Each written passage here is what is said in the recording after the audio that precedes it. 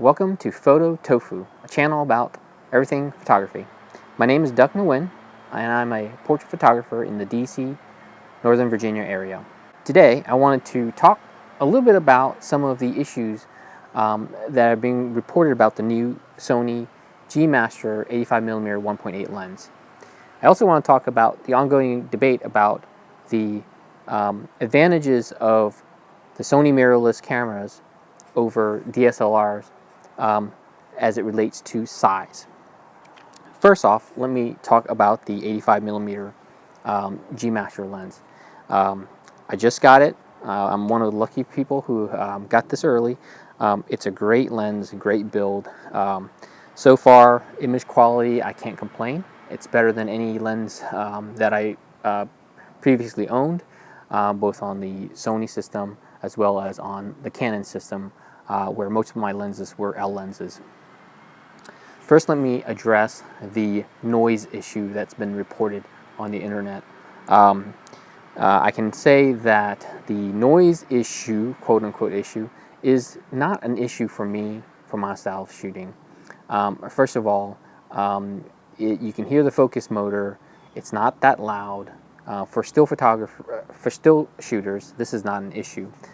You also have read that for videographers, there's still a little bit of noise when you're shooting video, but for my style of video shooting, I'm using a lav and I'm also using a directional mic on top of my camera, so again, also not an issue.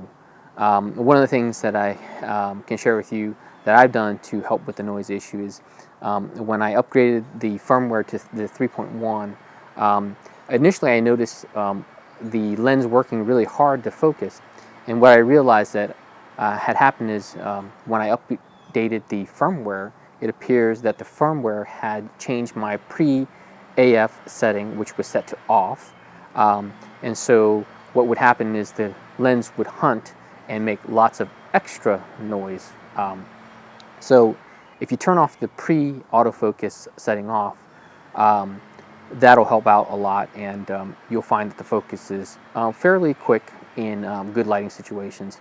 The focus works a little bit harder under more challenging lighting situations, such as in low light situations or in where you have a bright backdrop. The other issue that's being reported on the internet is that the lens is missing focus. Now, I haven't come across nearly as much information about the focus issue as I've heard about the noise issue.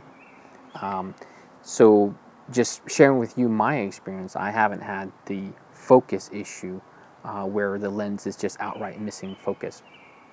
I think it's important to understand that when we're shooting wide open at 1.4, we're talking about a razor thin focal plane, and so the chances of missing focus are pretty high unless you have some really good techniques, and depending on your subject.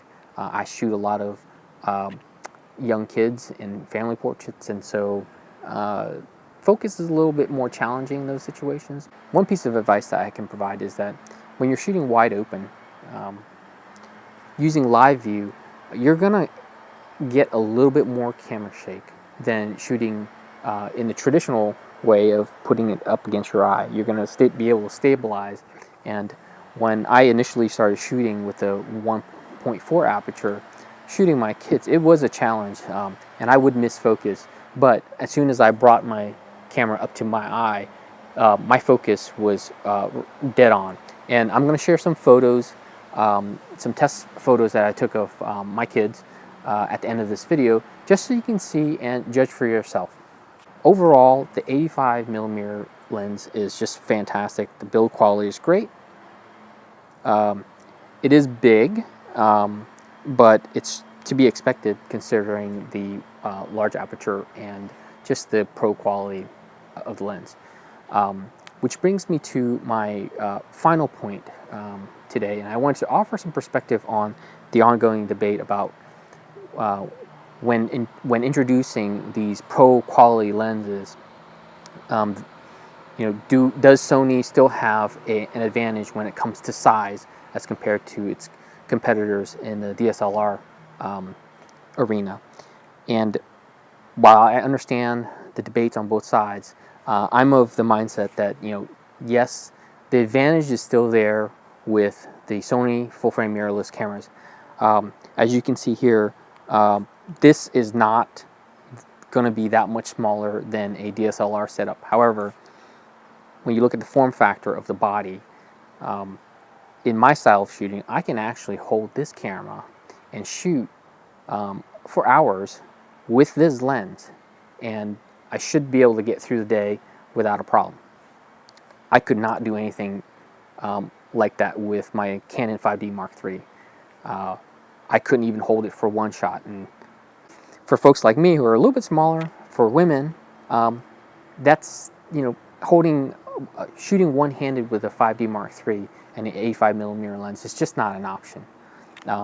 You can see here, I'm holding it very comfortably, no shake, which I couldn't do, again, with my old setup, which allows me to then, use a flash off camera. It allows me to help, it allows me to direct my subject, particularly when I'm shooting kids. I can hold the camera in one hand and direct them with the other hand and use live view, or even, hold one hand up to my face, and it's no problem, no shake. And with the IBIS, the in-body image stabilization, it's that much more effective for my style of shooting. Again, not for everyone, but it works for me. One final point I'd like to make on the size advantages: while this is a great setup for a paid gig that requires the highest resolution, highest quality images, not all my paid gigs require that. For example, when I'm shooting an event, I don't need to shoot hundreds of photos at 42 megapixel or necessarily need a 1.4 aperture lens. So, when you pop this off and you pop on something that's more appropriate for that an event style shooting, like the Zeiss 55 1.8, and this is a full frame lens. When you compare this 55mm on an A7R2 body, you can't tell me that this is not an advantage over a nifty 50, let alone a 50mm 1.2L lens on a 5D Mark III. This is a clear advantage. In addition, in event style shooting, I don't need a 42 megapixel. Oftentimes, I can get away with shooting at a low resolution, and so what you can do is to pop on one of these Sigma Art lenses. These are E-mount lenses made for APS-C bodies. However, with the A7R2 and I believe some of the other A7 series cameras, you can use it with the APS-C mode that has a crop factor of 1.5. What that does is it brings your megapixels down from 42 on the A7R2, brings it down from 42 to 18, which is a much more reasonable file size for event style shooting. The Sigma Art lenses come in 19mm, 30mm, and 60mm, and the great thing about it, they're $199, brand new retail price.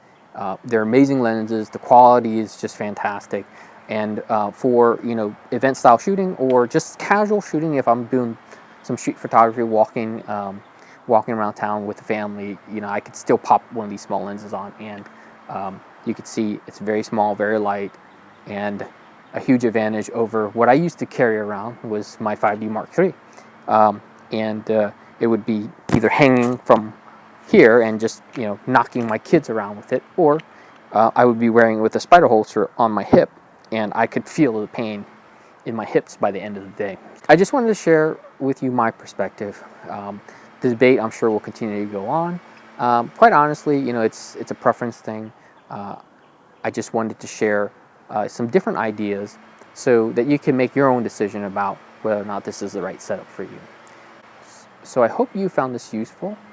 I hope you can join me in the next episode where I'm reviewing the brand new godox trigger system for the Sony mirrorless cameras.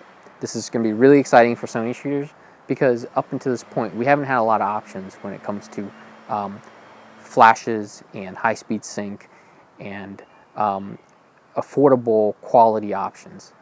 It was one of the things that took me a while to get over when I moved over to Sony from the Canon system, because Canon had a great radio flash system.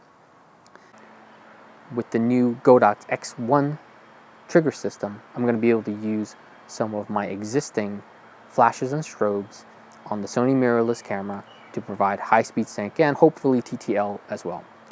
Until next time, let's keep shooting and keep sharing. Thanks.